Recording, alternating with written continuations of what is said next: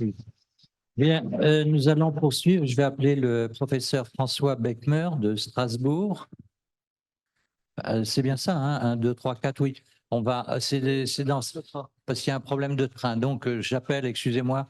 C'est comme j'ai dit, pour des conditions météorologiques. Donc, rassurez-vous, tout le monde parlera. Mais donc, cher monsieur Beckmer, mon cher collègue, vous avez la parole sur la médiation médicale, expérience et enseignement. Je vous en prie.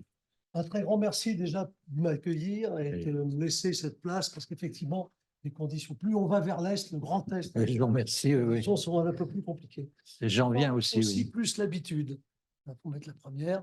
Alors, la médiation médicale serait totalement inachevée pour, je pense, s'il n'y avait pas de possibilité de restitution en vue d'une amélioration de la qualité. Parce que très souvent dans les hôpitaux, le médiateur est vu, bon voilà, ça va, on va enterrer des petites affaires, on va résoudre le problème, et puis c'est bon. Non, ça n'a pas, c'est très insuffisant, c'est une vision très fonctionnelle de certaines directions des hôpitaux. Il faut absolument sortir de là. Je pense que la médiation a un rôle beaucoup plus important et un rôle pédagogique. Alors là, je rejoins tout à fait ce qui a été dit tout de suite. Alors, le réclamant, il va vouloir éventuellement une réparation. Souvent, ça ne marche pas comme ça et il va probablement être déçu. Moi, je recommande toujours de passer par la médiation, sauf si vraiment, à l'évidence, ça ne peut être qu'une affaire judiciarisée, mais sans quoi on sera très bon conseil et probablement, dans bien des cas, on va finalement entre guillemets, remédier, c'est-à-dire que la médiation est bien un soin, pour ça on est tout à fait à notre place en tant que médecin, et on doit aussi permettre, et c'est ça la volonté des patients ou des plaignants, des réclamants, c'est d'éviter que ça ne se reproduise. Donc la médiation a bien sa place. Alors comment commence la réclamation? La réclamation, parfois, elle germe d'un doute. Ah oui, mais le doute, ça va jusqu'à y a-t-il une erreur médicale? Ou au mécontentement parfois sévère, on veut attaquer tout le monde, il y a une vive colère. L'une des premières réponses, c'est effectivement, la loi le prévoit, c'est de pouvoir donner accès aux ayants droit ou aux patients à son dossier. C'est très bien, mais à mon avis, la transmission telle qu'elle se fait, la lecture seule, en famille ou entre ayants droit d'un dossier médical, c'est souvent catastrophique et ça mène à bien des confusions. Moi, je conseille vraiment aux collègues d'accompagner les plaignants ou les réclamants, ou alors laisser la médiation jouer son rôle. Qu'est-ce que la médiation? Madame Michel Guillaume-Hoffnung avait déclaré que c'était rétablir un discours éthique entre les parties. Quand on commence à se taper dessus, à s'attraper, ça ne va pas du tout.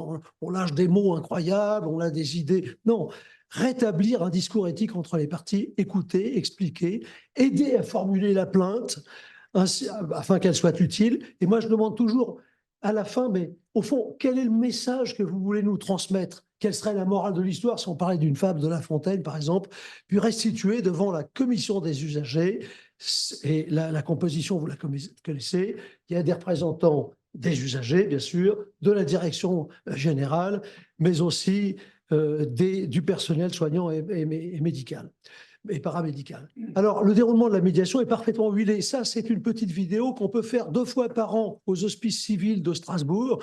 Les hôpitaux universitaires de Strasbourg, maintenant, ça fait plus sérieux. On fait l'embouteillage de nos vins. Et les vins, enfin, c'est cette cave de Strasbourg, est la seule unité fonctionnelle de l'hôpital qui soit rentable. Donc, on la garde, évidemment. Voilà. Alors, même, donc, je disais, si il y a une demande indemnitaire ou de judiciarisation, je crois qu'il faut essayer d'orienter vers la médiation si c'est possible. Qu'est-ce qu'on fait avec l'accord de la famille? On a, ou des ayants droit, on a accès au dossier du patient, mais l'essentiel sont les éléments de réponse que vous allez nous donner si vous êtes mis en cause dans cette plainte. C'est essentiel. Et ça, on a du mal à le faire passer le message. Enfin, progressivement, les choses évoluent favorablement. Ensuite, on a cet entretien qui est long, ça peut durer 2 heures, ça peut durer 3 heures. On doit montrer qu'on a tout notre temps, il y a des limites quand même. Et après ça, on établit un compte-rendu qui va être adressé aux réclamants, aux responsables de service, donc tout le monde est au courant, c'est transparent. Puis présentation en commission des usagers, débat, et de ces débats, vont germer, vont apparaître un certain nombre de messages, parce qu'au fond, qu'est-ce qu'on peut faire pour remédier au problème qui vient d'être posé? Donc, les objectifs de l'étude, c'est de revoir une série de médiations avec un médiateur pendant une période de 3 ans. Bon, il se trouve qu'il y avait un peu plus de temps avec le Covid, donc ça permettait d'avancer. Voilà, alors sur 265 médiations, j'en ai revu 79, c'est-à-dire mon activité dans cette période. Le média utilisé pour le plaignant, c'est quand même le courrier, et souvent c'est bien formulé. Bon, le coup de téléphone, c'est très confus, on ne peut pas en faire grand-chose. Là, on souhaite vraiment rencontrer les gens. Questionnaire de sortie, c'est lapidaire, ça n'apporte pas grand-chose. Il n'y a que de la colère, il faut absolument rencontrer ces gens. Le courriel, évidemment, c'est le courrier moderne.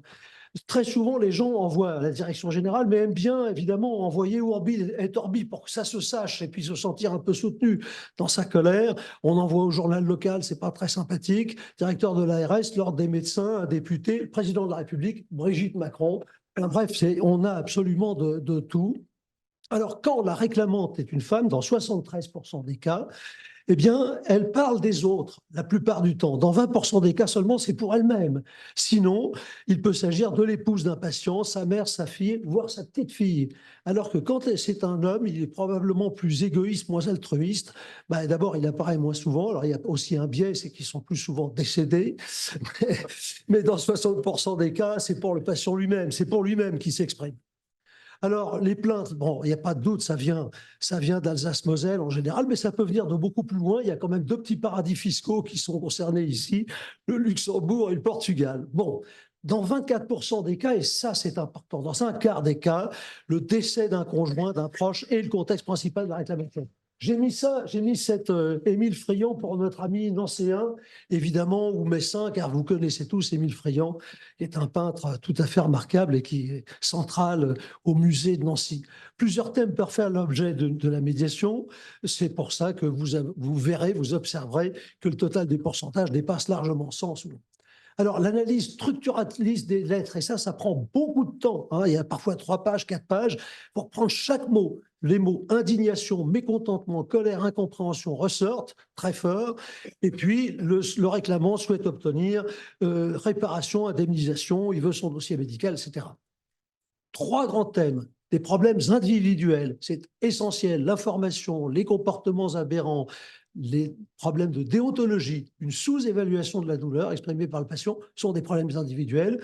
Deuxième type de problème, les problèmes systémiques de l'institution hospitalière, on les connaît, malheureusement, on va les revoir, sorties précipitées, conditions dégradées d'hébergement, notamment aux urgences, le principe des lits d'hébergement, et puis il y a toutes ces insatisfactions diverses, ces incompréhensions, ces difficultés de faire le deuil qui font qu'on se plaint.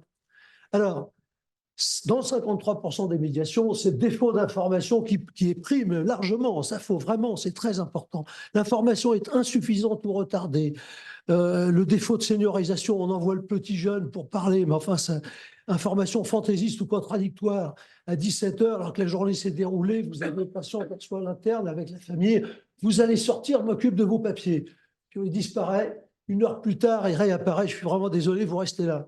Bon, évidemment, à partir du moment où il se passe ce genre de choses, ça jette le trouble et c'est pas bon. Le vocabulaire inadapté, alors là, on a une petite tumeur, une méchante maladie, une petite boule, il y a de l'eau dans votre poumon. Comment, en 2023, peut-on encore parler comme ça? Ça, c'est absolument ahurissant.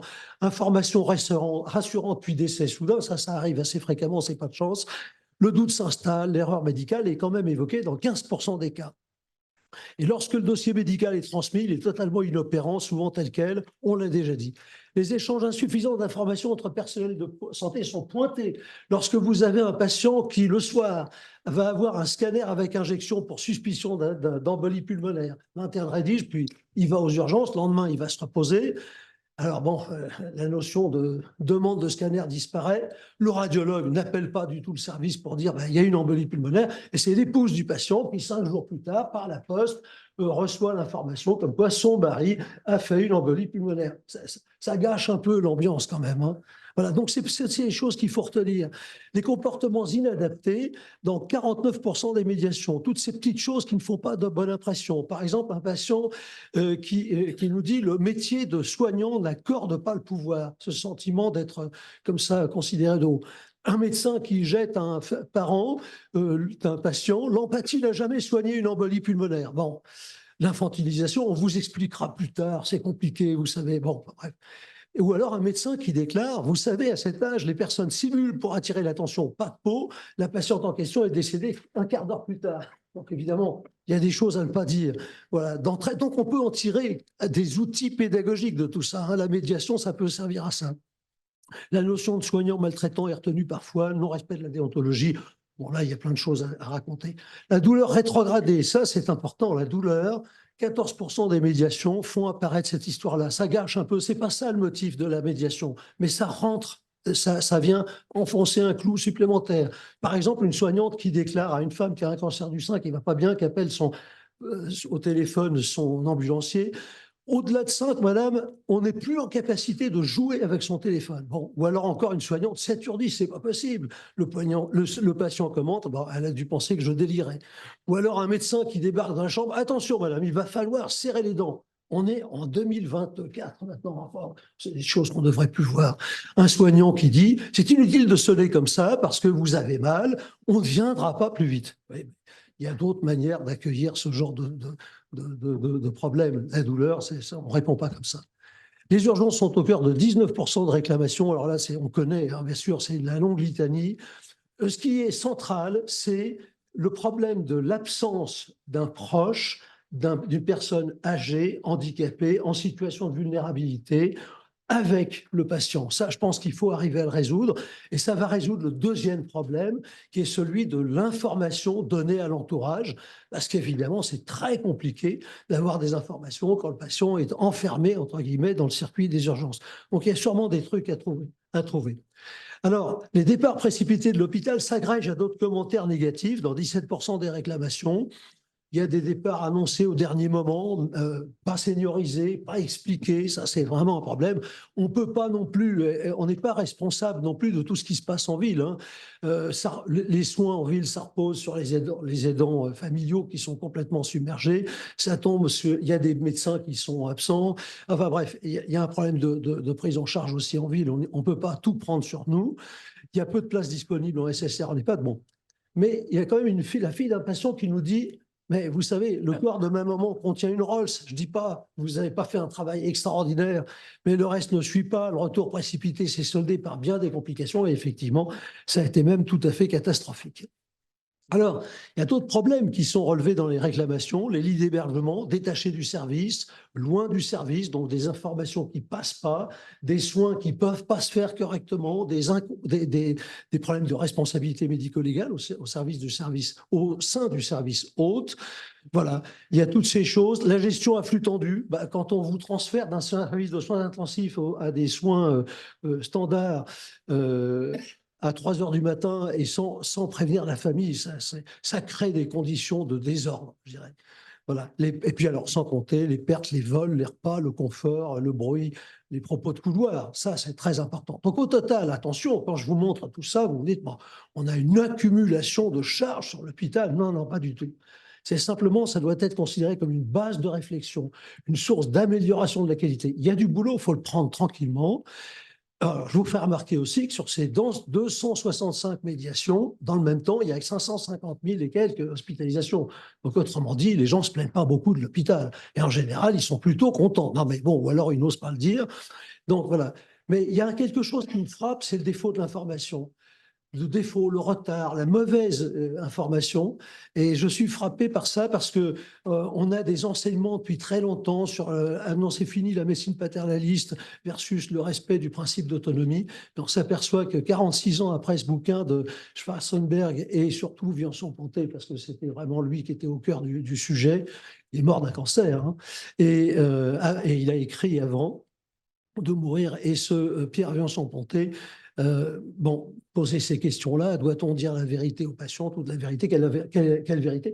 Et au fond, on n'a pas résolu tous ces problèmes, ou du moins, on a oublié un peu tous ces débats. Je pense que ça, il faut vraiment, faut savoir mieux faire. Et puis, il ne faut pas envoyer le petit jeune systématiquement au front, parce que ça, c'est pas bon. Défaut ou retard d'information induisent le doute. Y a-t-il une erreur médicale? En général, non, il n'y a pas d'erreur, hein. Il n'y a pas d'élément fautif, le plus souvent dans nos dossiers. Comment annoncer un dommage lié aux soins, c'est très important. Il y a des enseignements pour ça. Il faut vraiment pousser tout le monde, pas que les plus jeunes, à y aller, hein. Et puis, une question que posent beaucoup de patients qui viennent nous voir à la fin, mais au fond, est-ce que la médecine contemporaine n'est pas devenue un peu moins humaniste qu'avant? Parce que le cœur de la médecine hippocratique, c'est prendre soin d'eux. C'est pas simplement mettre une Rolls dans le corps d'un patient. Voilà, pour terminer ces deux images, Annecy, début du siècle dernier, Tommy Ungerer, fin du siècle, et puis Strasbourg. Merci beaucoup pour votre attention.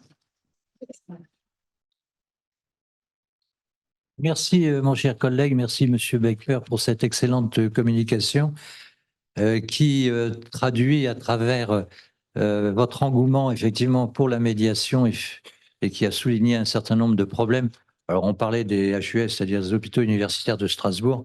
Je dois dire que dans tous les hôpitaux, c'est la même chose. Alors là, encore une fois, quand on parle de médiation, c'est la médiation, ce qu'on appelle intra-hospitalière, qui est prévue d'ailleurs sur le plan réglementaire et qui n'a rien à voir avec la médiation dans les établissements publics de santé et médico-sociaux qui règlent d'autres problèmes et qui sont réglementés par, je me souviens des décrets, c'est le 24 avril 2019 et le dernier, c'est le 12 avril 2023, c'est-à-dire l'année dernière. Voilà.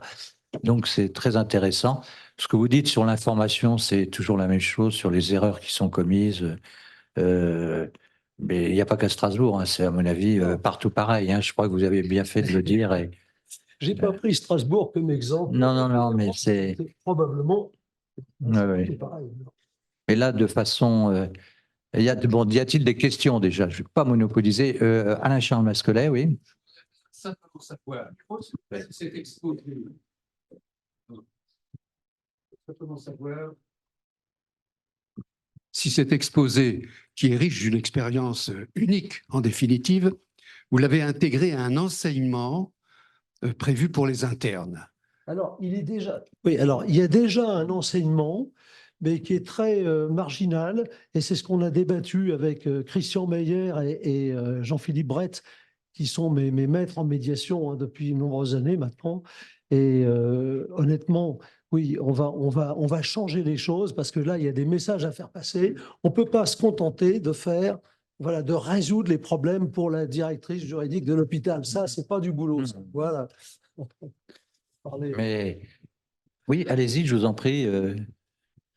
Et puis Yves Jacob, allez-y après, oui. Merci infiniment, ce topo est très enrichissant. J'ai le sentiment que dans les expertises CCI, par exemple, où le dispositif est quand même moins agressif, qu'on rejoint un petit peu ces problématiques que vous évoquez. Je le retrouve, ça correspond aux expertises que j'ai l'impression de faire. Et donc, il y a c'est un autre dispositif alternatif, mais qui fait aussi peur aux médecins mis en cause ou aux établissements mis en cause que les expertises judiciaires en tant que telles. Et la deuxième, alors ça c'est un commentaire. Le deuxième commentaire que je ferai, c'est que dans le service dans lequel je suis, j'avais demandé à ce que les internes puissent venir régulièrement, etc. Ça n'intéresse personne, entre guillemets. Ouais. Donc l'angoisse dont parlait Yves Jacob à propos des chirurgiens installés, ce qui est un peu différent, n'est pas le lot des internes et des chefs de clinique hospitaliers qui sont un milieu de cette préoccupation. Donc, il y a un gros travail pédagogique. Alors, il n'y a pas d'incompatibilité entre CCI et ce que nous faisons. D'ailleurs, très souvent, on vient de la médiation, les gens sont préparés et ils vont en CCI parce que clairement, c'est vraiment dommage pour eux de ne pas y aller. Mais ça nous arrive d'orienter, bien sûr, des patients, mais je dois dire que ça se passe alors c'est une atmosphère totalement différente. On n'est plus dans cette plainte initiale qui est parfois un peu rude, hein. Le premier quart d'heure de médiation, ça se passe parfois, vous avez l'impression que vous déguisez en punching ball, hein, et puis les choses se tassent parce que voilà, il fallait peut-être trouver quelqu'un qui écoute ces gens, qui discute, qui négocie. Enfin, bon, il y a plein de choses à dire, mais C'est très dommage. Très souvent, on se dit, mais quel dommage qu'il n'y ait pas quelqu'un qui soit qui ait consacré un petit peu de temps dans le service pour Et- résoudre à l'avance le problème, parce que c'était impossible. Ça, c'est un constat d'échec de la formation. C'est ça l'importance de Oui, la. tout à fait. Voilà. Et Madame Buzyn l'avait dit quand elle était ministre, elle voulait apprendre l'empathie aux médecins. C'était peut-être un peu caricatural, mais c'était, ça Oui. correspond un peu à ça. Il y a un long chemin à faire, oui. Yves Oui, Jacob et on se monsieur. retrouve tellement dans ce que vous avez dit. Et bien sûr, l'information domine, notamment dans les jugements.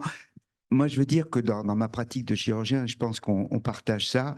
Moi, ce qui me touche le plus, c'est la relation de confiance qui nous lie à nos patients. Et le point clé, c'est le moment où cette relation se rompt. Et notamment dans la monographie qu'on avait sortie pour la Société de chirurgie de la main, on a un chapitre de Vincent Travers qui est absolument passionnant. Et dans les enseignements, pas les enseignements, mais enfin, ce que je vous disais, on parle maintenant beaucoup de ça. C'est-à-dire, qu'est-ce qui fait qu'à un moment donné, la relation de confiance se rompt et qu'est-ce qui fait qu'à un moment donné, un patient devient difficile. Alors, on s'interroge pour savoir qu'est-ce que c'est qu'un patient difficile et qu'est-ce qui fait que nous le jugeons comme difficile. C'est-à-dire, il y a le moment, mais il y a aussi par rapport à nous, par rapport à notre subjectivité, par rapport à notre état présent, par rapport, etc. Donc, ces questions-là sont fondamentales parce qu'elles modifient notre pratique au quotidien. Et voilà, donc Alors, je trouve que c'est merci de quelque cette chose de réflexion, passionnant. mais je répondrai à ta question. Qu'est-ce qu'un patient difficile?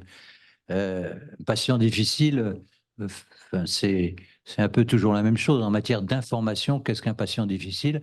Chez nous, on appelle ça, c'est les MAIF MGEN, c'est-à-dire c'est les corps enseignants. Mais non, mais c'est un peu caricatural et je m'excuse.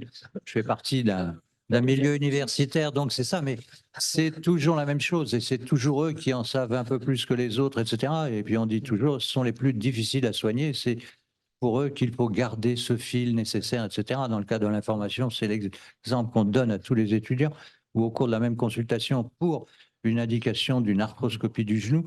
Vous voyez une institutrice qui va vous poser 10 000 questions. Vous allez lui expliquer, oui, madame, je peux vous donner une infection, même si c'est très rare. Vous pouvez avoir la raideur, le syndrome algodystrophique, l'embolie pulmonaire. Vous pouvez même mourir, mais je ferai tout, etc.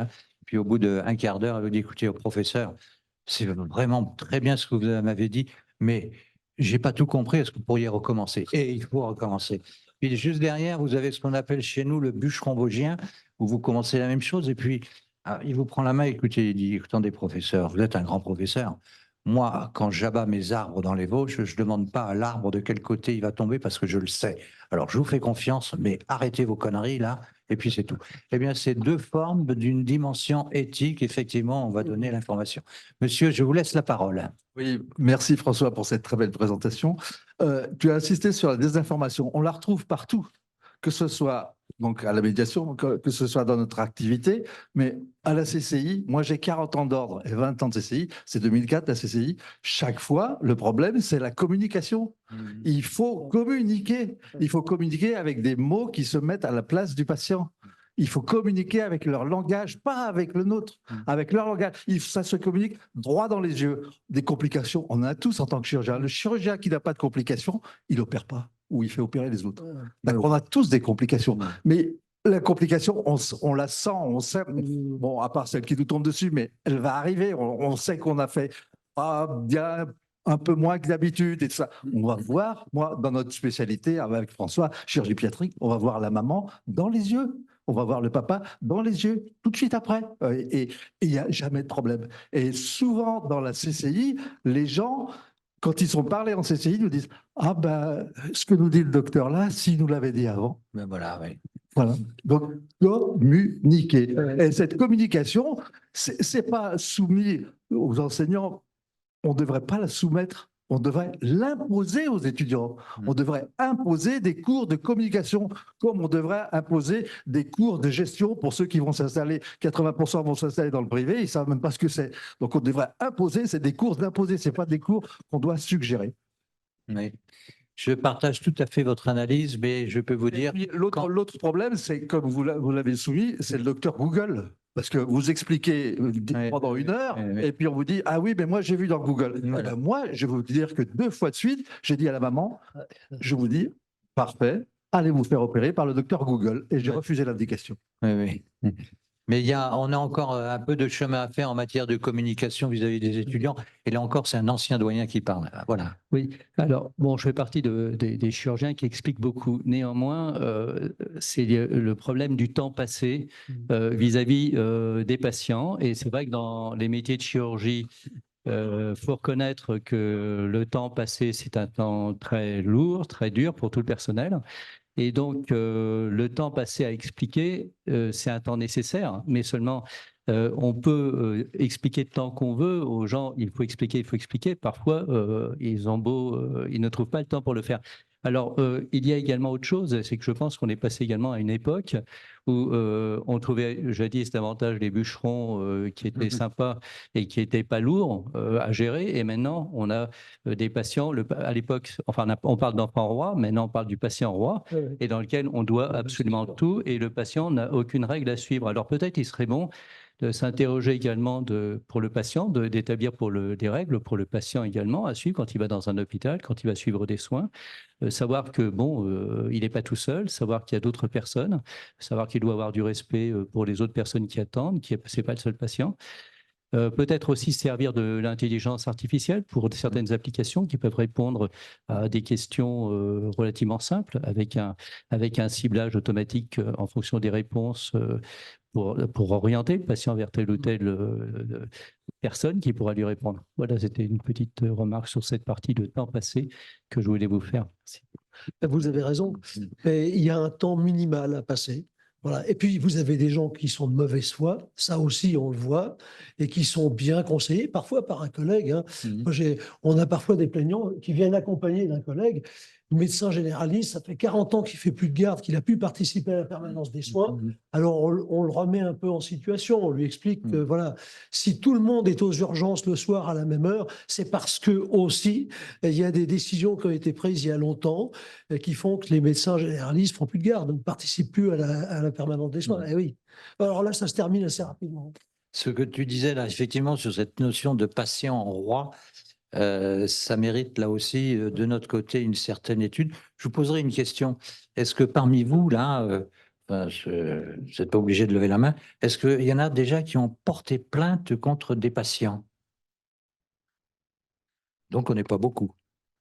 3, voilà. Merci de votre franchise. Moi, j'ai porté plainte très rapidement contre un patient à la suite d'une prothèse totale de hanche en secteur public. J'avais aidé un chef de clinique. Le malade a présenté des calcifications. Je ne vais pas raconter l'histoire. Enfin bref, il n'était pas très content. Il va voir quelqu'un d'autre. Quel est le con qui vous a opéré? Enfin, comme d'habitude.